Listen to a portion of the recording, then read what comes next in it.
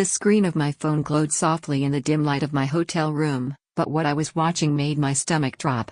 There she was, my aunt, wine glass in hand, seated at the head of the dining table back home in Cedar Falls.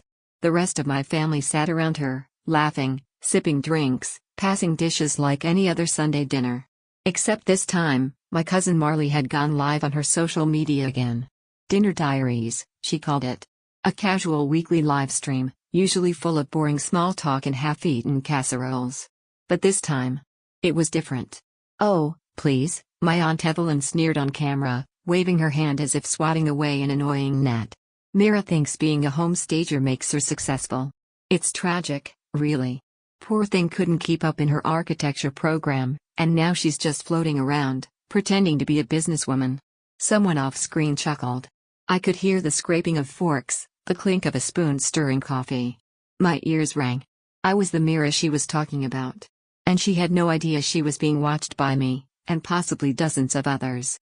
I stared, frozen, unable to look away as my mother's eldest sister continued to eviscerate me, her voice honeyed with passive-aggressive cruelty. "She's always been such a dreamer," Aunt Evelyn sighed, putting a melodramatic hand to her chest. "But she just doesn't have the discipline. She dropped out and never went back. And now she sells furniture arrangements to people who actually have real jobs. It's pathetic." My name is Mira Dawson. I'm 31 years old. For the past 5 years, I've worked as an independent interior stylist, specializing in pre-sale home staging across the Pacific Northwest. And for the past 4 years, I've also been managing Aunt Evelyn's medical care, after her early onset Parkinson's diagnosis. Appointments, transportation, billing disputes, pharmacy runs. I've done it all. Quietly. Faithfully. I watched her scoff and reach for the bottle of wine I had bought for the dinner, by the way. She filled her glass to the rim like royalty. "And she thinks she's so accomplished now," Evelyn said with a laugh. "She staged that mid-century place over on Birch and thinks she's the next Joanna Gaines." Please. Laughter. And still, the camera rolled. Marley must have realized what was happening too late. The angle shifted awkwardly, catching only napkins and elbows as if she was trying to hide the phone in her lap. The damage was done. I was supposed to be relaxing. I'd just finished presenting a workshop at a real estate summit in Seattle, my first major speaking opportunity. I was riding high, flushed with pride. I'd spent the day shaking hands, giving interviews, exchanging cards with agents who wanted to hire me. And then this. I stared at my phone, barely blinking, until a message popped up. "Marley, Mira, I'm so sorry. I didn't know she was going to say that. I can take the video down if you want." I stared at her message for a long time. Then I replied. No. Leave it up. I need you to see something tomorrow when I get back." The drive back to Cedar Falls the next morning was a blur. My hands gripped the wheel tighter than usual. My face was blank, my mind whirring like a hurricane beneath it. How long had Evelyn really felt this way? Had all those moments of so-called gratitude, the half-hearted "thank you for doing this, Mira," or "you're such a big help, sweetie," just been performative? Was every polite nod and smile masking resentment? Contempt? I thought about the phone calls I'd taken on my lunch breaks to fight with her insurance. The weekends I'd skipped client events to drive her to appointments in neighboring counties. The times I'd sat by her bedside when her tremors worsened, bringing her heating pads, adjusting her pillows, refilling prescriptions. I thought about the time I'd used the last $3,000 in my savings to cover a specialized treatment plan that wasn't covered, money I'd been saving to expand my business into Portland. She never knew that. She never asked. I pulled into my driveway just after noon. I didn't even bother unpacking. I walked inside, grabbed the thick red accordion folder from my bookshelf, and flipped it open. Inside, every invoice, every receipt, every appointment record and mileage log from the last 4 years. Evelyn's name was on all of it, but the payments? The scheduling? The problem solving? That was all me. Not that I expected her to remember. That would require acknowledging I had worth. I met Marley at the Greenhouse Cafe on 5th. She was already waiting with 2 iced matcha lattes, our shared favorite, and a guilty expression. "Mira, I'm so sorry," she blurted before I even sat down. I nodded. "I know. I wasn't trying to be shady. I didn't think she'd start going off like that." "I believe you," I said, placing the red folder on the table between us. "But I need you to see this." She opened it slowly, her eyes widening as she flipped through page after page of evidence, prescription records, gas station receipts, transportation logs, and full payments for medications, treatments, and specialists. "Wait," she said, stunned. This is all you?" "Every penny," I said. "Over $80,000 total." I put off finishing my degree, passed on business grants, and paused multiple projects. Because I thought it mattered. Because I thought she appreciated it. Marley looked up at me, eyes wet with shame. "She doesn't deserve you." "No," I said softly. "She doesn't." She handed the folder back like it weighed 100 pounds. "What are you going to do?" I looked her dead in the eye. "I'm done. As of today, she's on her own." Marley nodded slowly. "You want me to take the video down now?" I thought about it. Then I shook my head. "No. Let it stay. If the family wants to know why I'm stepping back, they can watch it themselves." As I left the cafe, I felt something shift inside me, not anger, not sadness. Just clarity. The kind that only comes when the illusion finally breaks. And the person you thought you were sacrificing for turns out to be a stranger wearing a familiar face. The next morning, I woke up before sunrise. The world was still asleep, but I felt strangely alert, like my body had been waiting for this moment longer than my mind had. I brewed a pot of dark roast, sat at my kitchen table, and opened my laptop.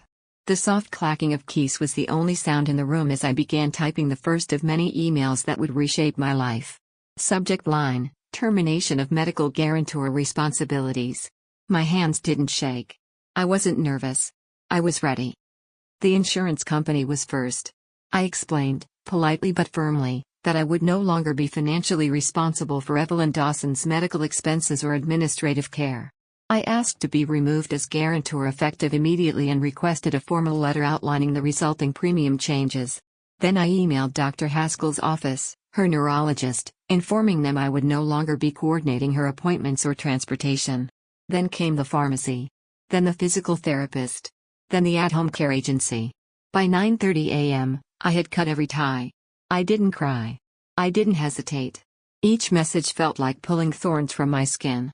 One by one, I stopped the quiet bleeding. I wasn't naive. I knew this wouldn't go unnoticed for long. Evelyn relied on me, even if she'd never admit it. And sure enough, by noon, the texts started rolling in. Evelyn D. "Mira, I'm at the pharmacy. They're saying my coverage has changed. Did you forget to pay something?" Then, 15 minutes later. "Why haven't you responded? I have a doctor's appointment next Tuesday. Are you picking me up or not?" Then, more aggressive. "Mira, this isn't funny. My insurance is now charging me double. What is going on?" Still, I didn't respond. Not yet. I spent the rest of the afternoon organizing the red folder into digital backups, scanning receipts, labeling files, building a spreadsheet of every dollar, every hour, every errand, dated, itemized, undeniable. Then I opened a new email draft, addressed to every extended family member in my contact list, cousins, aunts, uncles, even the few who had never so much as sent me a birthday text. Subject: regarding Aunt Evelyn's care. I wrote, "Dear family, I wanted to inform you that, as of today, I am no longer managing Aunt Evelyn's medical care, insurance coordination, or financial support. Over the past 4 years, I have personally covered more than $80,000 in medical bills, prescriptions, specialist appointments, and other health-related expenses on her behalf, while also managing her schedule, transportation, and daily support needs. I did so quietly, believing it was the right thing to do for family. However, recent events have made it clear that this effort was not appreciated. I have attached documentation for transparency, in case any of you wish to take on a more active role in her care moving forward. I will not be available for further assistance in this matter. Sincerely, Mira Dawson." I attached the folder. I hit send. Then I turned off my phone and went outside. There's a forest trail behind my house that I hadn't walked in over a year, too busy, too tired, always rushing between client meetings and Evelyn's appointments. But now, with my schedule suddenly my own, I laced up my boots and went. The sun filtered through the pines like gold dust. Birds sang. A squirrel darted across the path. Everything was normal, and yet, for me, everything had changed. I wasn't Evelyn's fixer anymore. I was just Mira again. And I liked that. By evening, the fallout had begun. I turned my phone back on to find 43 new notifications. The family group chat, usually dead outside of holidays, was in full meltdown mode. Uncle Greg. I don't understand. Why would you just abandon her? Cousin Daniel. You could have talked to her instead of going nuclear. Aunt Denise. This isn't what family does. We don't just drop our elders like garbage. The guilt trip was textbook. But mixed among them were quieter voices. Jillian, my cousin in Vermont. I had no idea you were doing all that, Mira. You don't owe anyone an explanation. And surprisingly, Marley. Y'all don't get to lecture her. Watch the video. Then talk. I smiled. Marley had sent the link. Most of them had seen it by now. And the ones who hadn't? Well, ignorance was a choice. The next day, I sent one final message, directly to Evelyn. Short. Direct. Final. Evelyn. As you're aware, I've removed myself from all obligations regarding your care. You'll receive documentation shortly from the insurance provider and medical offices explaining how this impacts your current services. If you have questions, I recommend contacting a patient advocate or case manager. I wish you the best moving forward. Mira. No love. No warmly. No apologies. Just boundaries. For days, she tried calling. I didn't answer. Then came the inevitable visit. She showed up at my door Friday afternoon, arms crossed, eyes flashing with disbelief. I just got the premium letter, she snapped. How dare you dump all of this on me without so much as a warning? I didn't invite her in. I stood in the doorway, calm and composed. I did warn you. For 4 years. Every time you dismissed what I was doing as nothing or expected. Every time you acted like your needs were more important than my life. She scoffed. That's not fair. I never asked you to give up your future. No, I agreed. But you never told me not to, either. And now that I've finally stopped, you're angry. Because deep down, you knew exactly what I was giving up for you. She looked like she wanted to argue. But she didn't. Instead, she turned and walked away, muttering something under her breath. I closed the door behind her. And this time, I didn't cry. That night, I pulled out the acceptance letter I'd tucked into a drawer months ago, the one for the part-time architecture certification program in Portland. I'd been putting it off. Postponing. Telling myself later, because Evelyn needed me. But now? I enrolled. Hit submit. Transferred a deposit. My calendar was clear. My life was mine again. The confrontation happened on a Saturday. I'd just finished staging a loft in downtown Cedar Falls, a bright, minimal space with clean lines and exposed brick. I'd spent the morning adjusting throw pillows and positioning art with practiced precision, trying to keep my mind on work. But even the beauty of the space couldn't drown out the buzz of texts from relatives still reeling over my betrayal. Apparently, Evelyn had begun telling everyone I was having a mental health crisis. That I'd become unstable since starting my business. That I'd fabricated my financial records for sympathy. It was all a smear campaign, one of desperation. But I didn't care anymore. Not really. I was tired of defending myself to people who had never once offered to help. So when I saw Evelyn and Aunt Ramona standing beside my parked car outside the building, I didn't flinch. I didn't hide. I didn't run. I walked straight toward them, head high. Mira, Evelyn said, voice smooth but laced with venom. We need to talk. I looked her up and down. She was dressed as she always was when playing the part of the frail matriarch, oversized sunglasses, a designer scarf knotted around her neck, and that damn pearl-handled cane she only used when she wanted to underscore drama. Next to her, Aunt Ramona looked uncomfortable, clutching her purse like it was a shield. I kept my tone even. Is this about your premiums again? Because if it is, you should direct questions to your new patient advocate. I'm no longer on file. Don't play cute, Evelyn hissed, dropping her performative smile. You blindsided me. You humiliated me in front of the family. No, I said. You did that to yourself. I just stopped protecting you from the truth. Ramona stepped forward, her voice low. Mira, your mom's struggling. She can't afford her medication. Her new doctors don't know her case history. She's overwhelmed. This isn't who you are. I turned to her slowly. You're right. This isn't who I was. I was the fixer. The helper. The unpaid caretaker. The invisible hand keeping everything from falling apart. I gestured toward Evelyn. But after years of sacrifice, After $80,000 of my own money, after giving up my education, my business opportunities, my peace of mind, she stood at a dinner table, drank wine I paid for, and told the world I was pathetic. Ramona blinked. What? I looked directly at Evelyn. Tell her, Auntie. Tell her about the live stream. Tell her what you said. Evelyn's jaw tightened. You're blowing things out of proportion. I was venting. Everyone vents. You called me a failure, I said flatly. You laughed at my career. And now, because I finally chose myself, I'm unstable? I took a breath. I don't need your approval anymore. I'm not asking for anything. Not money. Not forgiveness. Just distance. Ramona stood frozen, trying to process what I'd said. Evelyn, however, wasn't done. You don't get to walk away from family, she snapped. I gave up so much raising you. I was there when your mother died. I took you in. And I'll always be grateful, I said calmly. But gratitude doesn't mean servitude. Her mouth opened, ready for another retort, but I cut her off. You asked me to step up, and I did. You never once offered to reimburse me. You never apologized when I missed deadlines, lost clients, canceled vacations. And now, when I finally say enough, you try to paint me as the villain? I reached into my bag and pulled out a flash drive, the one with the live stream video. I held it up. This is what you said about me. It's real. It's time-stamped, archived, and sent to every person who came for me in the past week. I handed the flash drive to Ramona. If you want the truth, it's all right there. The silence that followed was deafening. Evelyn looked stricken, her lips pressed into a hard line. Ramona looked at the drive like it was glowing in her hand. Finally, Evelyn muttered, I was angry. I didn't mean it. I shrugged. Doesn't matter. You meant it enough to say it when you thought I wasn't listening. She looked away. I walked past them, opened my car door, and paused. I don't wish you harm, I said. But I won't let you hurt me anymore, either. And with that, I drove off. The fallout didn't stop there.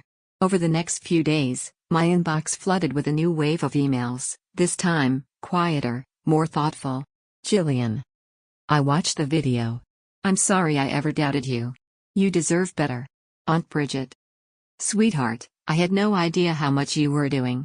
Thank you, for everything. If you need help with anything, I'm here.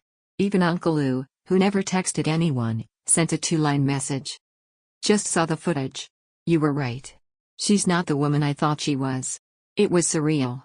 After years of being the quiet support beam no one saw, people were finally noticing what I'd been holding up. Marley invited me to a small family get-together the following weekend, just cousins and a few aunts who'd supported me. I hesitated at first, but then I realized something important. I wasn't walking away from family. I was walking away from dysfunction.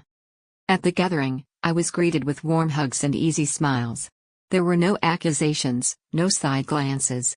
Just questions about my work, my plans, my upcoming enrollment in the Portland architecture program. Someone handed me a mimosa.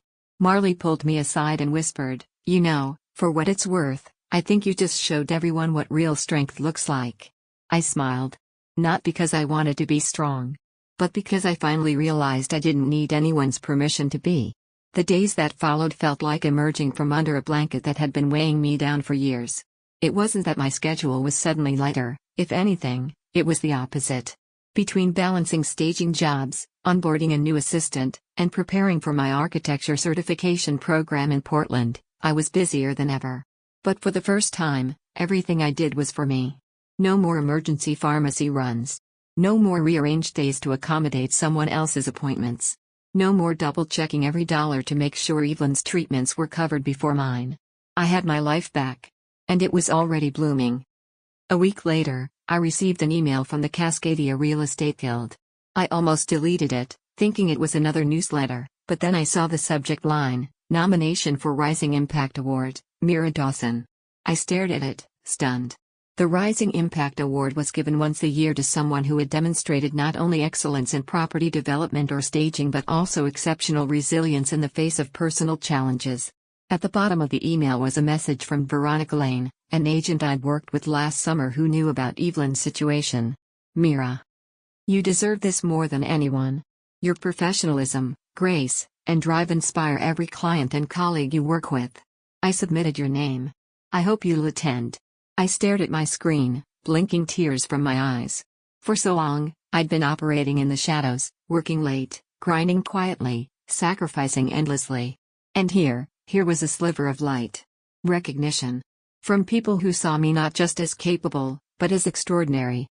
The awards ceremony was set for the following Saturday at a glass-walled event space on the waterfront. I almost didn't go. I told myself I didn't need a trophy. I told myself I was still in transition, still healing. But Marley wouldn't hear it. "You're going," she said, practically dragging me to the boutique to find a dress. "You earn this. Don't you dare dim your light because other people couldn't handle your shine." So I said yes. That evening, I stood in front of my mirror wearing a dark emerald gown, simple, elegant, exactly me. My hair was up, my heels modest, and my confidence real. It wasn't the fake kind I'd worn at family dinners to survive snide remarks and backhanded compliments. This time, I didn't need armor. I was finally free to just be proud. The event was packed. Lights shimmered off crystal chandeliers. Servers passed hors d'oeuvres and champagne flutes. Everyone looked polished, but no one looked happier than I felt. I ran into old colleagues and new ones. People congratulated me before the ceremony even started, some I'd worked with, others who'd simply heard what a force I'd been in the market.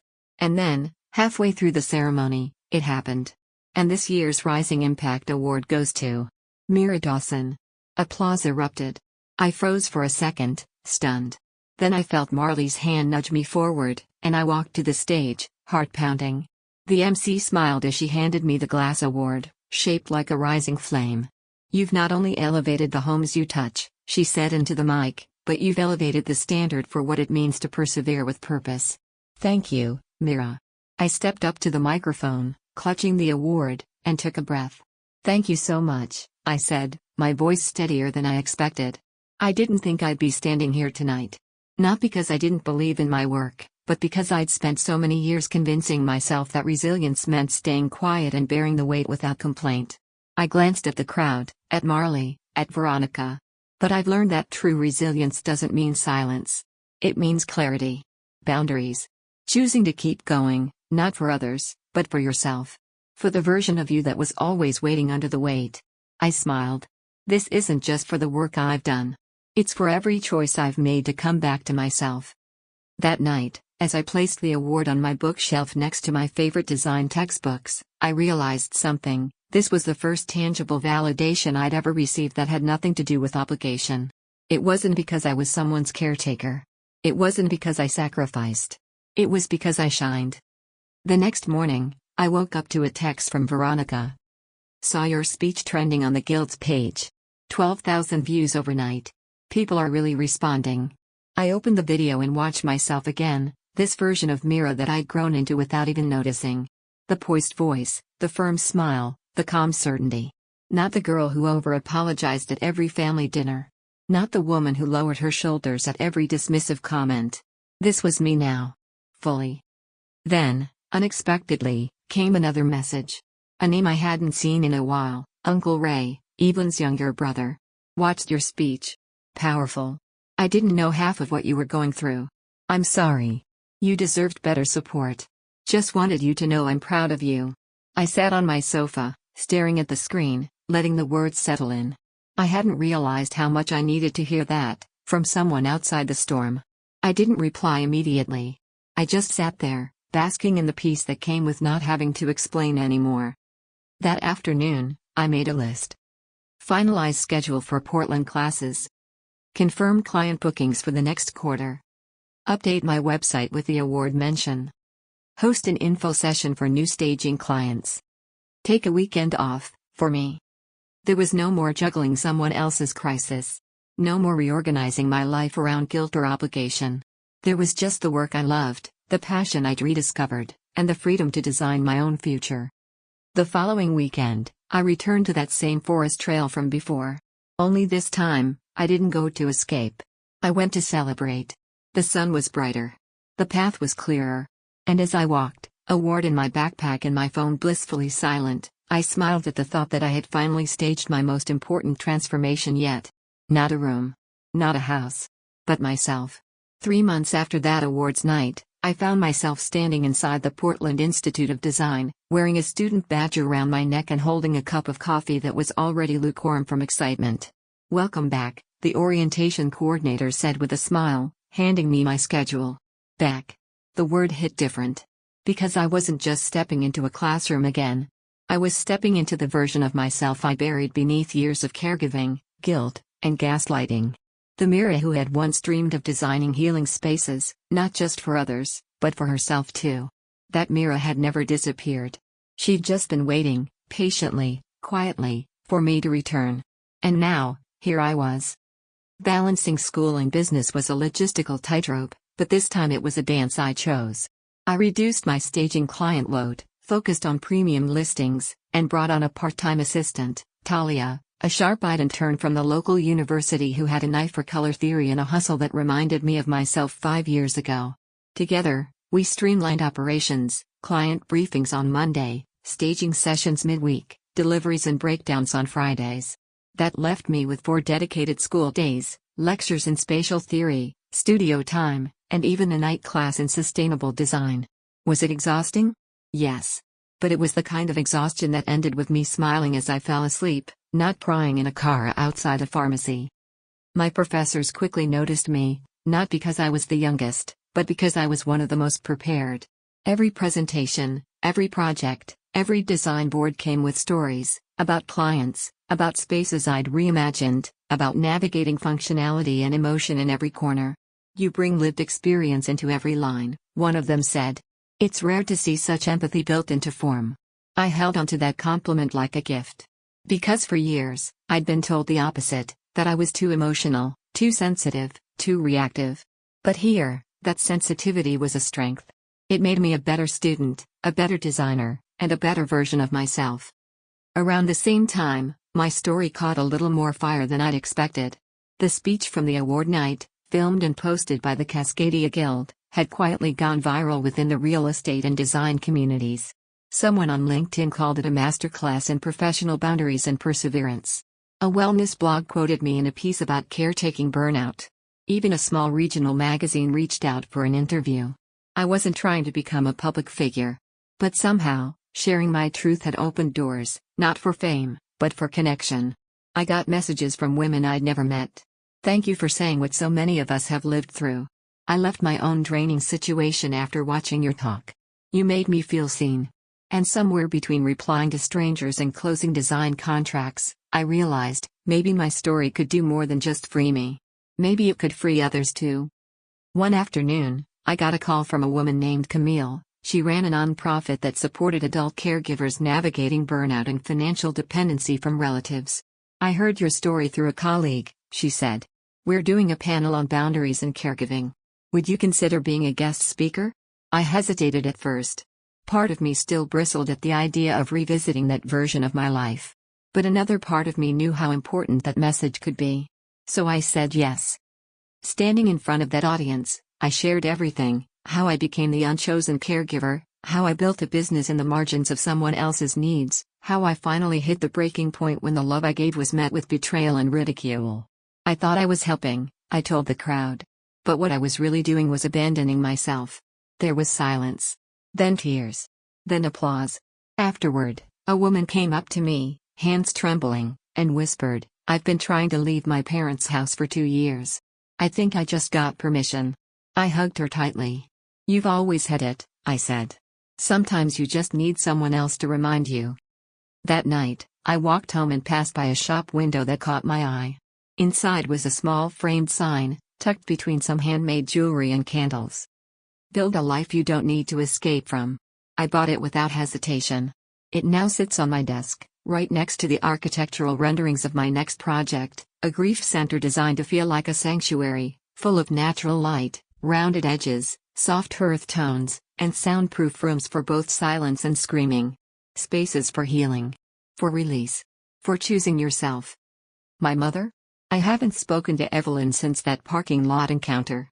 I've heard through the grapevine that she's living with a cousin in Idaho now, telling anyone who will listen that I've become cold and ungrateful. I don't respond. I don't correct the narrative. I no longer need her version of the truth to match mine. Because mine is enough. One afternoon, My Uncle Ray reached out again. This time, with a photo. It was the family's annual summer picnic. For the first time in years, it had been held without Evelyn organizing it, and to everyone's surprise, it had gone smoothly. Peacefully. Happily. He sent a second message. It took us too long to realize who was holding the family together all these years. Just wanted you to know. We see it now. I didn't reply with anything long. Just. Thank you. I'm doing well. I hope you all are too. And I meant it. Months later, I walked across the stage at the Portland Institute of Design certification ceremony, my diploma in one hand, my future in the other. Talia was in the crowd, cheering. Marley sent a flower delivery with a card that read, "From the version of you who never gave up." She's proud too. I smiled. Because she was right. That night, I opened the windows of my apartment and let in the cool wind of early fall. I sat at my desk, flipped open my journal, and wrote. I used to think strength was how much I could endure. Now I know it's how boldly I choose my own joy. I've built spaces for others to thrive in. This time, I built one for myself. And I'm just getting started.